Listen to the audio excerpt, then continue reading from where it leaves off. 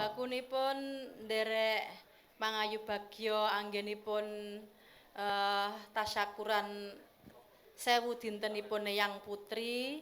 Mugi-mugi Eyang Putri tansah manjing kasuwargan katentreman wonten ngarsanipun Gusti Allah Subhanahu wa taala. Amin. Ya rabbal alamin. Lan dalu niki dipun sengkuyung kalih pejabat wonten ing Ngawi lan ugi sedaya warga masyarakat sami tumplek-blek Pak Dalang. Lah nggih. Ingkang mirsani kuwatuh sanget teng mriku. Sami jurung donga dumateng Eyang Putri. Sedaya guyub rukun anteng penontonipun wonten mriki. Kula ngrasake niku meh kaget Bu Gesi. Pripun? Biasane ade lek wayang mesti penonton kan rame ngoten niku tegese iki omong. Niki iso sidhem permanem. Aku iki bingung penonton iki gatekne apa turu aku bingung. Loh, estu lho Pak, menawi teng mriko-mriko kan mesti hirup iku suarane iki rena-rena. Teng mriki iso tidhem permanem ngeten niku lho. Langka lho, piyai mirsani wayang iso ngematke, iso menghargai terhadap seni, iso kendel, iso menghormati terhadap budaya kaya ngene iki. Mila tepuk tangan untuk sedaya para pamirsa ingkang kepareng rawuh wonten ing mriki. Iya, elok temenanan. Suasanane kaya rekaman. Ha iya, aku ketok omong dhewe wedi malan. Ha iya, ngono kuwi. Lek kleru kan ketok. Ha iya, ngono kuwi. Pripun malih, Bu Gesi? Kaya ujian Ayo, suasanane. kaya ujian tenan. Nggih ning kula remen sanget dalu niki, Bapak. Ibu. Remen kalih Eyang Gutaya wau teng mriku sing paling nomor 1 maemane enak-enak. Lah kowe urung apa-apa ngomongne panganan umun aku ora. Sambel gorenge tempe niku waduh jan maknyes. Tempe Biyen kula lombok ijo. nggih tempe lombok ijo kan senengane sampean. Heeh. Aku wis maem nang kono mau wis didhawuhi karo Eyang Gutaya. Lan sing perlu dicontoh, Bu Gesi. Dalem. Eyang Gutaya karo Eyang Putri nalika isih sugeng Eyang Putri ya. Nggih. Kuwi wiwit palakrama ngantos seda tidak pernah ada pertikaian, tidak pernah rumah tangga kok banjur tukaran padu tidak pernah. Masya Allah, padha karo awake dhewe. Padha piye? Bisa padha lho ayo. Mangger saya rame jope saya kesel tukaran. Wis jarakono sinden neh ngono ayo. Ayo kuwi sing perlu dicontoh kuwi jenenge keluarga sakinah mawaddah warahmah penuh dengan barokah kaya ngono kuwi. Ayo. Mugi-mugi awake dhewe ya iso nulat kalih Eyang Gutaya. Tansah sarimbit kalih Eyang Putri. Seupama aku sing dhisik ya kono kudu setia lho ya. Aja omong ngono to kowe iki. Kowe iki omong sing ora-ora. Rumangsamu lek nganti kowe ndhisiki aku ora rabi neh apa piye. Malah ora. Nggih, omong sing apik-apik ora ngono kowe. Lho iki ujian kesetiaan lho, Pak. Setia. Ujian kesetiaan iki didelok saka kuwi mau. Biasane lek misale enek sing garwane meninggal salah siji. Lho, ngono kuwi kan kuat imane, misale wong wedok ya ditinggal sedo bojo lanang. Kuwi nek imane kuat ora bakal rabi, ora bakal ngliya mung bakal ngopeni anake sampe cucu-cucu besok ora rabi lek wong wedok. Nek lek ora kuat imane, bojone 200 wis gatelen. Loh, Akeh. jangan salah. Pripun? Saya kan seorang dalang. Iya. Dalang kuwi mesti tujuan terakhir adalah menjadi dalang ruwat. Salah satu syarat menjadi dalang ruwat tidak boleh menduda. Nggih napa mboten, Pak? Lah kuwi Pak Mantem biyen ngendika ngono kuwi, ora entuk duda, ora entuk wayuh sing jenenge dalang ruwat. Lah ngono kuwi. Terus ya lah piye aku ya ora roh. Lah iya. Ngono kuwi aja surnarna sementing kabeh diparingi panjang umur. Amin. Ya iki nyelengke sampean, muga-muga awake dhewe saling iso menjaga, saling iso setia. Amin, amin ya rabbal alamin. Badhe nembang ingkang klasik mawon remenanipun Eyang Kakung Gutaya jineman mijil cengkok ketoprak. Wah, iya. Mijil ketoprak. Nggih. Mijil ketoprak to? Ayo, nggih. Pelok. Pripun? Pelok mawon. Pelok. Oke, siap. Ayo. Monggo Mas Sungkono, Mas Putut disiapke. Ayo. Digathukke yen arepe girong karo sindene ora. Ngerti nanti kok dhewe-dhewe ora. Sing nyinden nganti suwuk ya ora sadar lho ya ayo. Ayo apike senine malah kaya ngono kuwi yo. Kaya ngono kuwi. Monggo, ayo mijil ketoprak Bu Gesi, yo.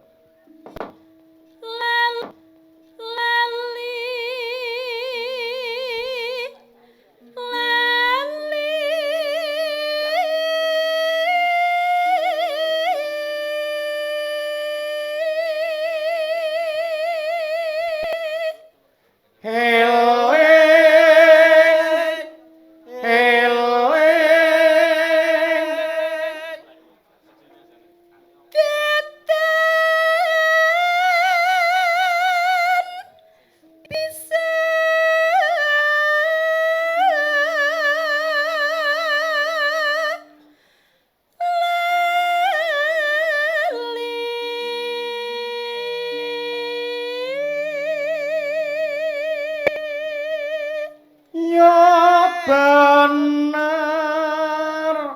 benet. Ora ya bener ayo. Kene sing eling ngono ya bener. Monggo.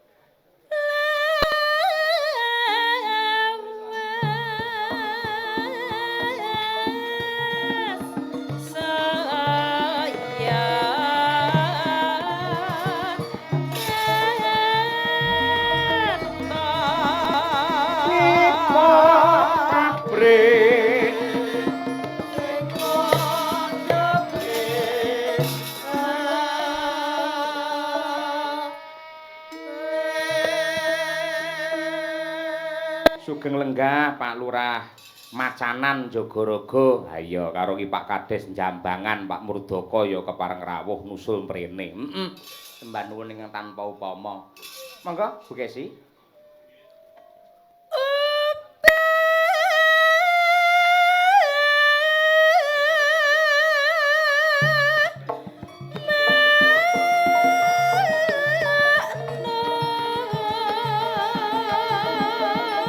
Jogja Solo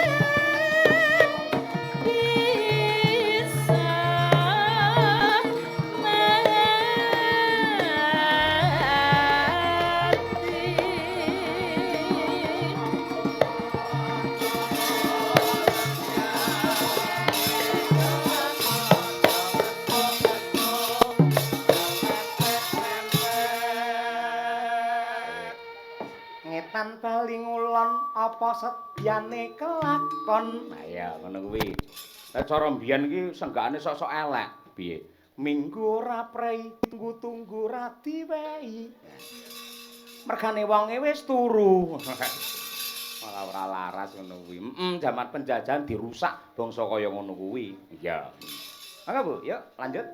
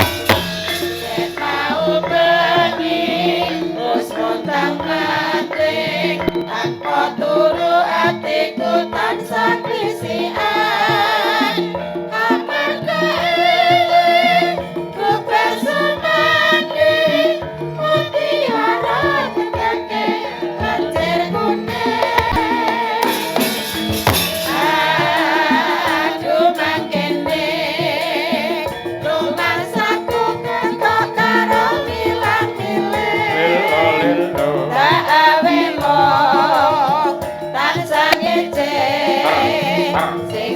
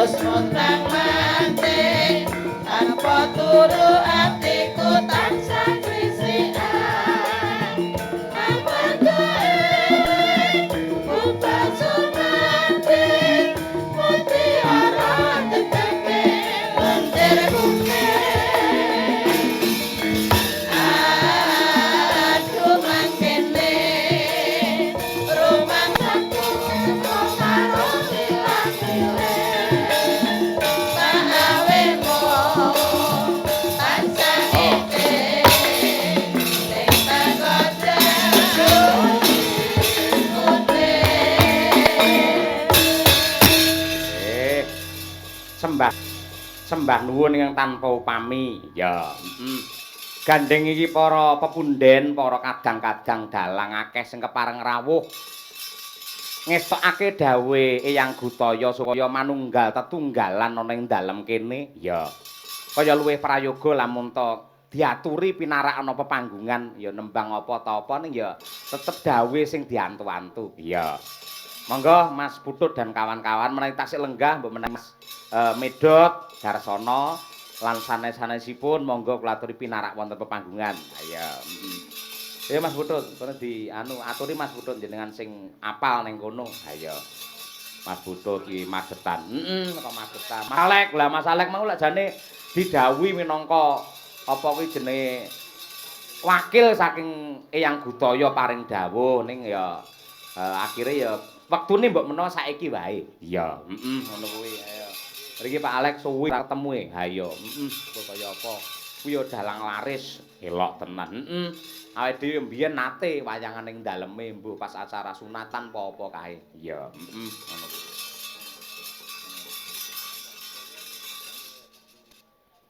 Oh nggih, siap. Nggih. Monggo kadang-kadang mriki. Ayo. Duduk, duduk. Neneng Mas Putut, yo dipandekani Mas.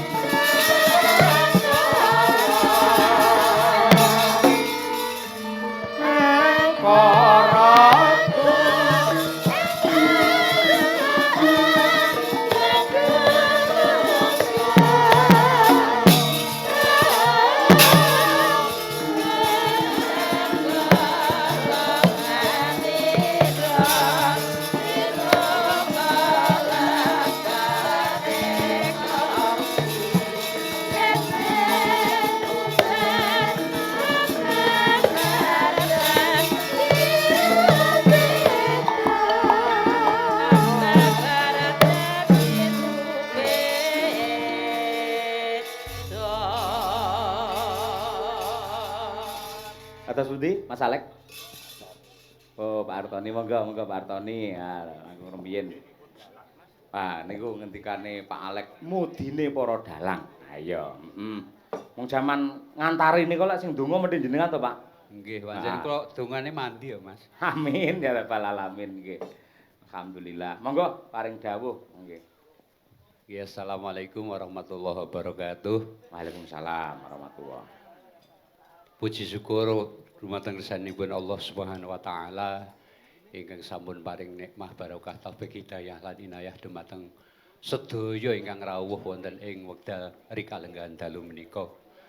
Maliginipun keluarga agung saking penyanipun Eyang Gutaya Cerma Sudarmo ingkang ing dalu menika inggih menika mengeti utawi asung puji dedonga dumateng rohipun Mbah Putri Mbah Sutiem ingkang sampun murut kasidan jati mugi langgeng wonten ing alam barzah nampi kamulyan jati wiwit menika ngantos sak lajeng-lajengipun. Amin ya rabbal alamin.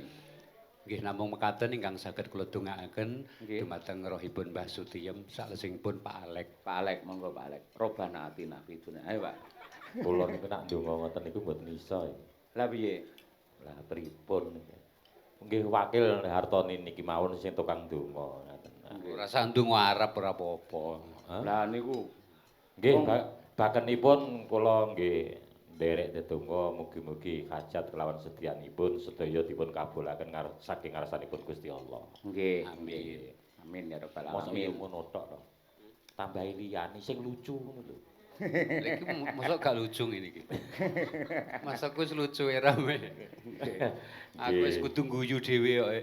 Nggih, menika napa niku Mas Sudir ngestakaken dawuh menika saking wingking ngaten jurung puja-puji. Oh nggih, Pak Sudir, nggih sembah nuwun pangestunipun. Mas Edi nggih rawuh nika jane ning kok ora gelem maju. Nggih. Pak Mas Sukadi. Bambang. Komplit sanget saking pangkrongan, saking Plausan utawi saking Pak Aris. Magetan. Magetan nggih. Nggih. Panjenenganipun Pak Kasno menika ugi Wih, putranipun Kanjeng Eyang Gutaya Cermosudarmo. Nggih, nggih, makaten. Nggih. Mas Medan Mas ngomong Medo apa? Darsono monggo Mas. Nggih. Nggih. Paring dawuh Iki Mas. giliramu, Dik. Nggih. Mbah nuwun. Semanten ugi nderek memuji, nderek ndedonga. Mugi almarhumah Eyang Putri anggenipun sampun manjing wonten ing tepet suci, mugi-mugi dipun apunten sedaya kalepatanipun. Mugi saged mlebet kasuwargan jati. Amin. Allahumma firlaha warhamha wa afihi wa fu anha. Amin. Waduh, tiba kowe pucet gitu, padha karo aku. Basa Arab mesti ra mudeng kok. Donga niku mboten kedaharan. Lah, iki bijaksana. Bener ya, Lah, Bu. lah, Bijaksanaan iki. Bahasa Inggris nggih saged. Ya, Nggih. bener. Sebabe pripun? Kula tak Jawa mawon Mas. Oh nggih. Gusti Allah mau prisa ya. Maha prisa. Bangsa Nggih. apa wae siap. Nggih. Nggih. Menawi dipun titik saking tamunipun ingkang kathah menika Mas Yoyo Nggih. Kacange. Dados menika panjenenganipun Mbah Kung Gutaya kalian Suwargi Mbah Sutiem menika ateges sambang layat jagong menika pancen seduluripun kathah sanget. SLJ nggih. No, SLJ. SLJ menika. Lah sing jenengan ngendika wae sambang layat jagung kan Betul SLJ. nggih. Menika bis Mas. Dados STJ kok ngene kok nggih. SLJ. Kaya jamu. Nggih. Nggih. Dados pancen kula nyekseni kula riyen ket cilik pinten nggih? Kelas 6 niku pun ngengerten mriki Mas Yoyo. Oh ngaten. Dados nggih, dados Sik jare buwe dadi mantune Rasido piye maksude kuwi? dados kula riyen niku meh di sekolahne ten Ngawi kali Bapak Suwargi Mas Yoyo amargi Nggih. nggih. Memang dari kecil kula ten mriki lajeng rencang-rencang kula salah setunggal nggih nika Abai Kirun nika, tapi sing nyaron nika sanes Abah Kirun Medion nika. Celukane nggih Kirun nika sing nyaron nika. Nggih. Pancen kathah piyayi-piyayi seniman ingkang lahir di Mbasri mriki. Mugi-mugi ndedonga wonten ngarsanipun Gusti Kang Karya Jagat almarhumah Mbah Sutiem manjing swarga langgeng dipun apura sedaya kalepatanipun nalika mapan wonten ing alam donya Nggih. lan ugi sedaya keluarga ingkang dipun tilar dipun paringi kesabaran ketabahan. Amin. Nggih. Nggih, leres putra wayah mugi-mugi dipun paringi saleh-saleh. Amin, nggih. Mas Reza niku alhamdulillah Kersa mayang. Mbah Kongipun dalang, Mas Reza sakniki senanipun balapan, Mas. Terus mboten nggih mayang barang. Mayang Wayangane nang kados pokone. Mbah Kungit blejet, Nggih. Mas. Nggih. Wonten Kendal niki wonten conto kalih. Nggih. Napa? Keluarga sing harmonis mboten tau padu kalih bojone. Loro. Wonten kalih. Setunggal. Setunggal meniku Piyayi Basri. Sinten? Loro. Ingkang angka kalih nak mboten klewu Piyayi Simo. Wah. Striker Barcelona kuwi to. Striker Barcelona. Alexis Sanchez. Masuk ning tangga kudu dua. Oh, takut. Mak teratap tak kira nek Pak Alek. Ayo sampean. Walah alah. Aku bendina karo Yatmi padu ae. Lah wis ora padu malah ora Jadi apik. bar padu ki laris. Kuwi pakeme tek apik men kuwi. Ngantos didukani kali Pak Puh Gutaya menika. Pripun? Ah nggih. Kuwi ki nak padu bar iki padu laris mbok kowe ndang antem-anteman pisan wae. Ben padha matine ngono Mas. Niki sing sewantene mening Mas Hartoni niki. Nggih, syukur menawi nun sewu. Ingkang Slindru songo syukur. Bawa menapa kemawon derek, mangke dipun jumbuhaken kalian pamundhutipun Eyang Gutaya Cermosudarmo ingkang ngersakaken menika langgam rengu. Nah, menika nggih. Dah. Monggo. Mangga mreng Derek aku mawon urung dendang penting kula tau. Lendru. urung tau sinau. Wol. Nggih. Dadang gula lak yo kenal. Nggih. Ditata sik anu Mas, suarane ditata mergo piyayi kathah mriki. Pamedare Mboten ngangge banyalan omong dhewe ngono. Ha iya. Nggih. omongan dhewe ngene wis kulino. Niki anak masipun Pak Puh Gutaya. Oh, nggih. Nggih. Napa-napa janji mboten hartoni nggih mboten. Pak Hartoni Purba Carita. Wah, nggih. Nggih. Ya, Pak monggo. Hartoni. Rasa disingkat. PC. Pak PC. Wasitane ngati PCX. bokonge sing gedhe. Cumantaka aniru pujangga dahat muda ing batine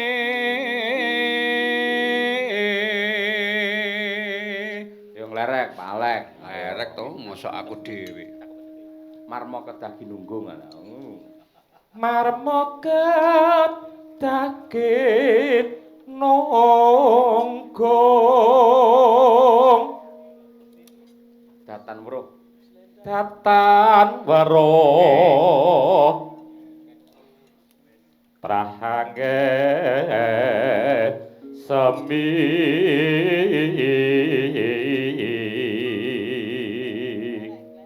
Nggih, monggo berkahipun Kang Mas Medhot Darsono. Nggih.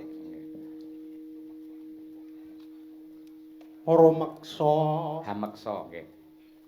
hameksa angrumpaka basa kang kelantur.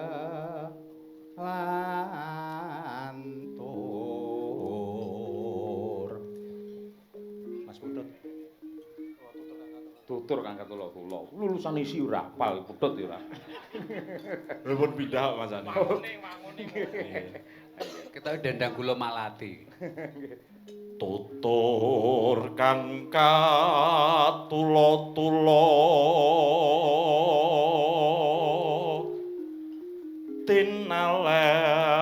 tinalaten rinuruh kalawan ririk.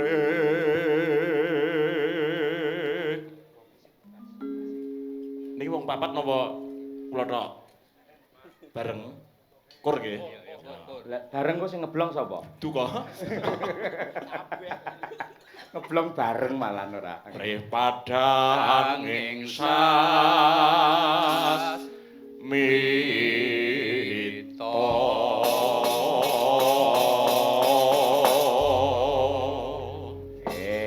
Yen sok midhangetake Pak Anom Surata meneh angger songo niki mesti metu nggih sulukan niki wau. Cakepan niki wau nggih. Nggih. Pak mantep napa nggih lho Mas? Ah nggih, nggih. Ning sing asring dhewe Pak Anom. Oh nggih to. Nggih, nggih. Pak Anom sinten? Pak Anom. Wijo Kangkong. Ya Pak Anom Surata kok sampean niku ora ngompani tak kepruk engko ora. Ayo senengane nggih. Nggih. Menika sinten ingkang badhe dipun? Monggo salah setunggal ibu-ibu sinten nggih langgam Anu sing bawa Pak D Alexis Sanchez, nggih. Alexis ya. Nggih. Eh, Iki mumpung Piala Dunia lho Ayo iki. ndang Alexis padu ayo Sanchez padu itu. Sapa? padu. Alexis Jolodoro. wis ora pate iso. Menika ingkang nembang ingkang garwa Budhe Yatmi. Yatmi, kangen Budhe semanten jenengan. Dan tak goleki mau Agung nang endi kaya temu ndi niki Pak Tulis. Semono gedene. Mas Agung. Oh, teng Mas iki. Agung tanggapan ning. Nggih. Tanggapan no? Campur sari. Campus. Napa-napa wong ya penting kesenian kok nggih. Nggih sembah nuwun. Monggo Budhe Yatmi nggih nyuwun pangestunipun. Ayo langgam rengu katur Eyang Gutaya Cerma Sudarma. Mangga.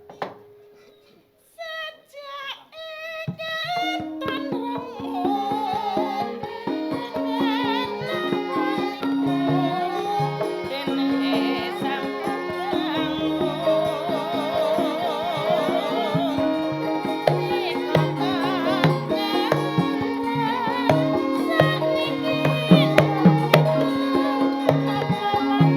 you.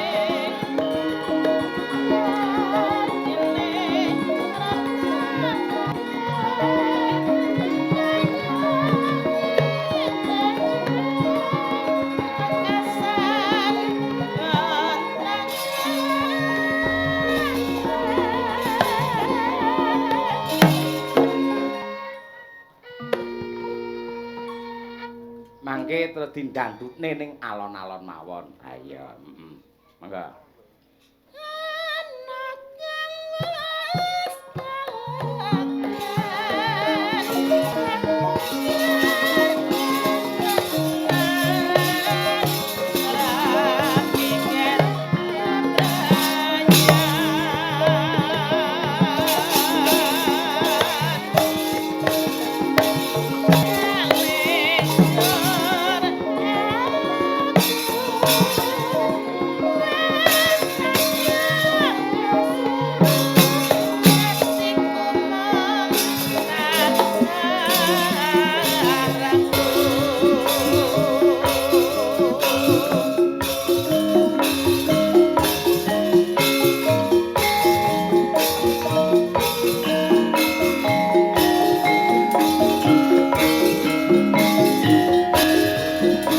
Kurmawon monggo Bu, men saya regeng lan seger.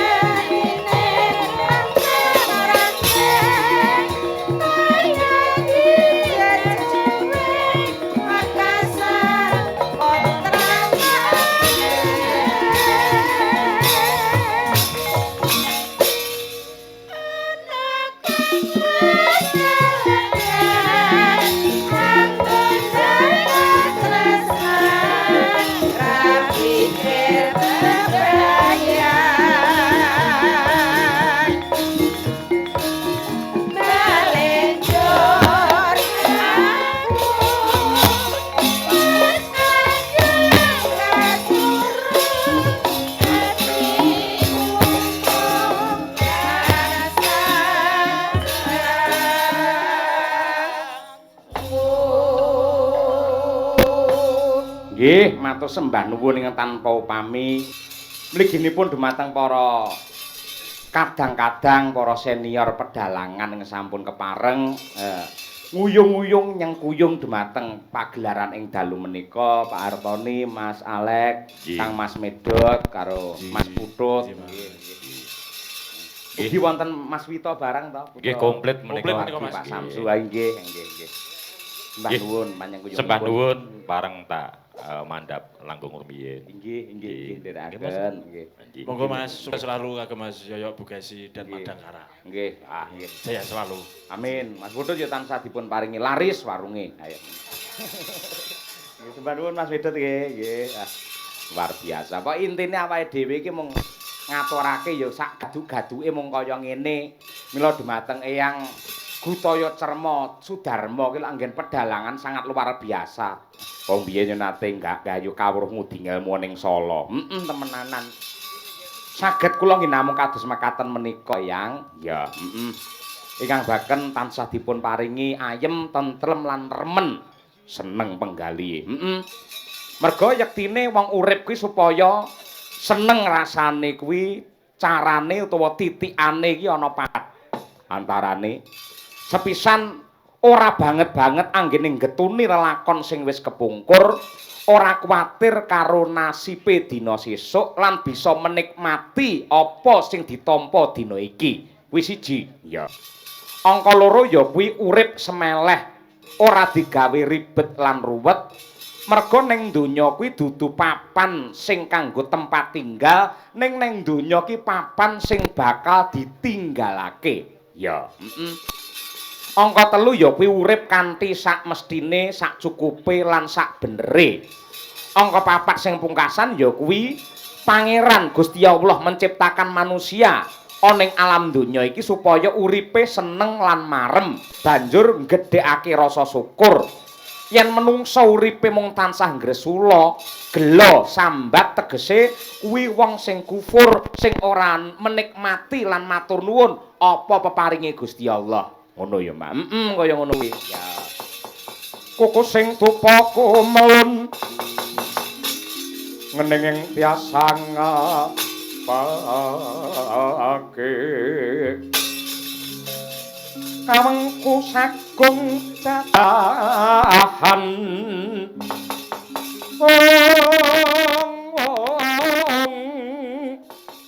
nanging sanget tangi kipi sang reksikane putra kang anjok saking wiyati